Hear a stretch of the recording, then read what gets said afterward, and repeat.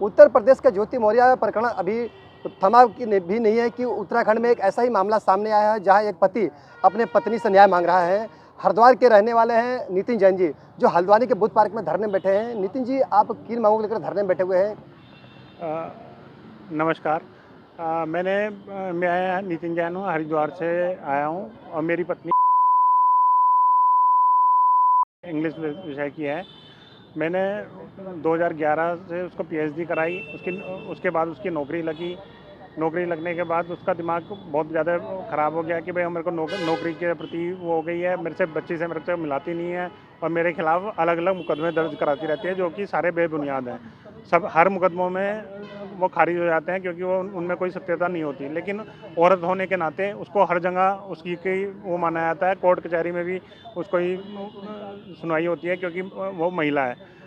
और इसके 25,000 रुपये महीना के हिसाब से मेरा मेंटेनेंस बंधा हुआ है, जबकि इसकी 1 लाख से ऊपर सैलरी है। फिर भी ये मेरे से मेंटेनेंस वो कर रही है और मेरे पे अलग अलग तरह के मुकदमे डाल के मुझे दुखी करती रहती है। और कभी बच्ची को लेके और कभी स्कूटर को लेके, हर चीज़ को लेके अलग अलग तरह के गलत सलत मुकदमे डालती रहती है। आपकी मांगे क्या है?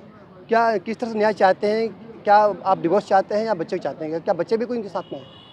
मैं ये चाहता हूँ कि मेरी बेटी जो उसके पास है और वो उसको हमेशा बीमार दिखाती है कि भाई वो बीमार चल रही है, उसको अस्थमा का अटैक हो गया, ये हो गया, मतलब अलग अलग बीमारियाँ उसको दिखाती रहती है। तो मैं ये चाहता हूँ कि मेरे को बच्ची मेरी दिलाई जाए ताकि मैं उसका अच्छी तरह से पालन पोषण कर सकूँ और मुझे इससे मुक्ति दिलाई जाए कि भाई मैं उससे अब ऐसी कंडीशन आ गई है क्योंकि उसका ये नहीं पता कि उसका किस किसके साथ संपर्क है, किस किसके साथ वो है, क्योंकि इसका पहले भी ये पता लगा है कि इसने रुद्रप्रयाग भी किसी और आगे पेश किया हुआ है।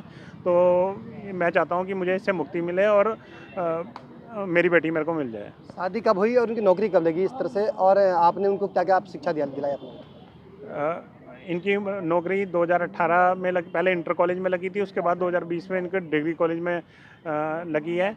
और पहले ये रुद्रप्रयाग में कार्यरत थी डिग्री कॉलेज में, अब ये हल्द्वानी में गोलाबार में कार्यरत है।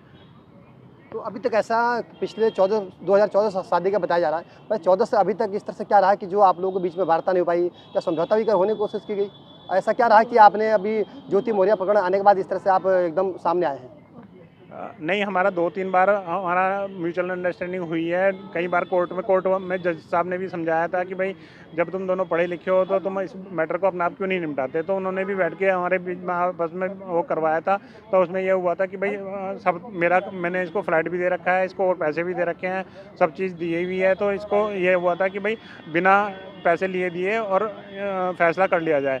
तो उस टाइम इसने कहा था कि भाई मेरे को मेरी जो वकील का खर्चा है वो दिलवाया जाए। तो हम उस पर भी एग्री हो गए थे। लेकिन उसके बाद ये फिर मुकर गई। फिर अभी 1 महीने पहले भी 15-20 दिन पहले भी एक फैसला हुआ हरिद्वार में, वो 8 लाख रुपए में हुआ कि भाई लड़की के नाम से एफडी बनवा दी जाए। तो मैं उस पर भी मान गया था, तो ये उस पर भी मुकर गई। अब ये कहती है कि भाई अब मुझे और ज़्यादा पैसे चाहिए। मतलब ये जितनी बार फैसला होता है उतनी बार हर बार चेंज करके ले आती है कि मेरे को ज़्यादा पैसा चाहिए। धरने में बैठे हुए हैं, आखिरी मांग क्या है आपकी? बाकी बात करें तो अब मेरी ये मांग है कि भाई मेरे को मेरी बेटी दिलवाई जाए और मुझे इससे मुक्ति दिलवाई जाए और ऐसे प्रकरण बार बार ना हो, ताकि भाई समाज को इस चीज़ से सीख मिले कि हर बार ही आदमी गलत नहीं होता, कभी कभी औरतें भी गलत होती हैं। तो जब औरतें गलत हों तो औरतों का पक्ष ना करा जाए, तो आदमी को भी सपोर्ट किया जाए अगर आदमी सही है तो आपने पढ़ाया लिखा भी, उनको पढ़ा लिखा के आपने काबिल बनाया, पर ऐसा बीच में क्या रहा कि आप लोगों को बीच में दूरियां भी बनी इस तरह से? और दूरियां में बीच में कौन आया जो दूरियां बनी बीच में?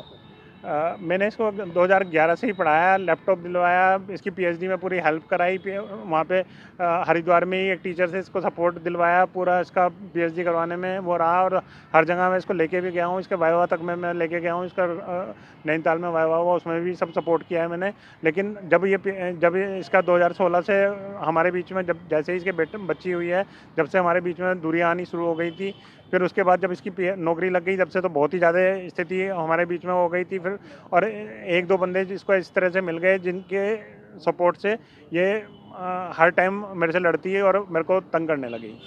पत्नी से पीड़ित नितिन जैन हल्द्वानी के बुद्ध पार्क में अपने मांगों को लेकर बैठे हैं, लेकिन देखने वाली बात है कि क्या नितिन जैन को न्याय मिलता है या नहीं। भावनाथ पंडित, ईटीवी भारत, हल्द्वानी।